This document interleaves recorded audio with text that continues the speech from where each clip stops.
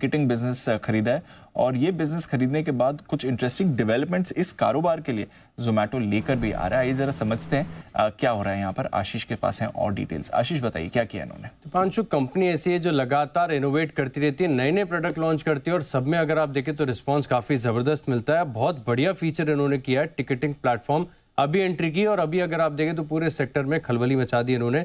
दरअसल अगर आप देखें तो काफी बार आप लोगों ने भी अनुभव किया होगा कि आप किसी इवेंट की टिकट बुक कर लेते हैं, लेकिन कोई कारण वजह से या तो छुट्टी कैंसिल हो जाए, कुछ भी हो सकता है, तो आपको टिकट फिर आपकी वेस्ट चली जाती है। अब आप ढूंढते हैं, एक एक को फोन करके बोलते हैं कि यार आप चले जाओ, आप ले लो ये टिकट।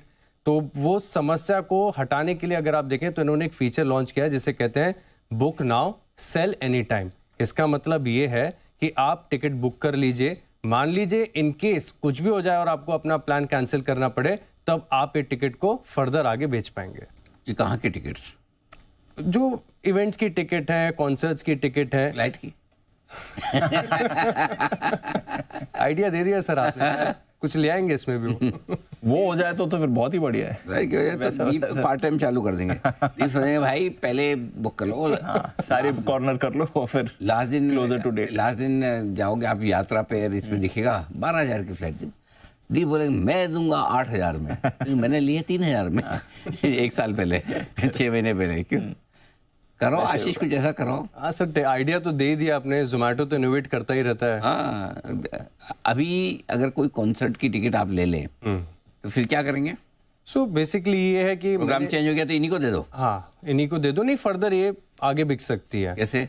जो प्लेटफॉर्म बन गया, प्लेटफॉर्म बन गया। समझाओ जरा, समझाओ, हमें करना है। होता है बहुत सारे ऐसे लोग होते हैं जो एंड मोमेंट पे कैंसिल करते हैं। Correct. और बहुत सारे ऐसे भी लोग होते हैं जो एंड मोमेंट पे जिनका आने का भी मन करता है कि मैं कॉन्सर्ट चले जाऊं या फिर इवेंट में अटेंड कर लूं।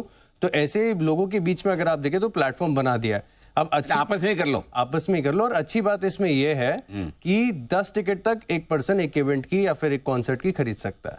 अच्छा। और इसमें एक कंडीशन ये रखी गई है कि जो प्रिवेलिंग प्राइस होगा, ये नहीं कि मैंने किस भाव पर खरीदा। मान लो मैंने 1,000 रुपए पे टिकट खरीदी और अब इस कॉन्सर्ट का भाव चल रहा है 2,000 रुपए की टिकट चल रही है, तो मैं इसे 4,000 रुपए तक बेच सकता हूँ, मुनाफा भी कर सकता हूँ। 1 मिनट, 1 रुपए चल रहा है, 1,000 में खरीदा, 1,000 में मैंने खरीदा, अभी इस कॉन्सर्ट की टिकट का भाव हो गया 2,000 रुपए, तो मैं 4,000 रुपए तक बेच सकता हूँ। जो भी प्राइस उससे डबल तक। जो ली उससे नहीं, जो current price, current market, current price कौन डिसाइड करेगा? तो वो तो ट्रेंड्स वेंड्स आते रहते हैं और लास्ट मोमेंट पे टिकटों के दाम भी बढ़ती हैं। तो ऐसे कौन कौन से कंसर्ट है जिसके दाम बढ़ सकते हैं बताओ? कोल्ड प्ले आ रहा है ना भारत में। हाँ, आने की डुआ लिपा आ रही है, जोमेटो ही लेकर आ रहा है। डुआ लिपा।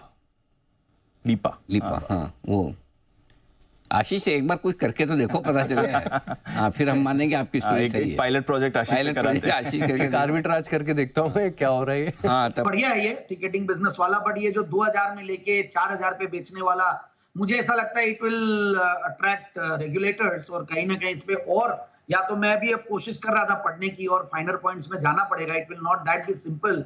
और इसमें ये भी होगा कि भाई एक जना इंस्टेंसेस को इनको लिमिट करना पड़ेगा कि कितनी बार करेंगे, तो रेगुलरली ये तो बिजनेस बन जाएगा unnecessarily. It should be a facility. और क्योंकि ये पास्ट में हमने देखा हुआ है ऐसा, मेरा बहुत साल 25 साल पहले का, 20 साल 22 साल पहले का कोई एक्सपीरियंस है मूवी टिकट्स को लेकर भी। तो कोई अगर आप बुकिंग पर बाद में क्या कुछ लोग उसको मिसयूज करके आगे ब्लैक मार्केटिंग करे, तो ऐसा भी कुछ हो सकता है। क्योंकि कॉन्सर्ट के टिकट्स और ये सब पता नहीं क्या आर्बिट्राज खेलेंगे। So I think it will not that be simple कि black marketing. So let's see how it goes like. But ये फैसिलिटी बहुत जबरदस्त है, क्योंकि अगर मुझे नहीं जाना और मैं सिर्फ वहां पे डाल के रख दूं at the same price it goes, तब तक तो ठीक है। क्योंकि एटलीस्ट नहीं तो क्या वहां पे जाके आपको इवेंट वाली जगह पे जाके कहीं भी किसी को भी देना पड़ता है या फाड़ के फेंकना पड़ता है। तो मैं जहां तक समझ रहा था मैं उस तरीके का समझ रहा था। बट 2,000 की चीज 4,000 तक मैक्सिमम बेच सकते हैं। और इस चीज पे शायद मुझे लगता है कि रिलूक करना चाहिए, अदर देन नहीं तो क्या मिसयूज और ये सब होगा। और एक अच्छी facility unnecessarily will be nipped in the bud. तो चलिए, अच्छा आइडिया है, बट जैसे जैन साहब ने कहा प्रॉपर तरीके से ये आना चाहिए और सारे रेगुलेटरी क्लियरेंसेस होने चाहिए ताकि जिन्हें नीड हो वही इसका यूज कर पाए और ना कि कोई इसका फायदा उठा पाए।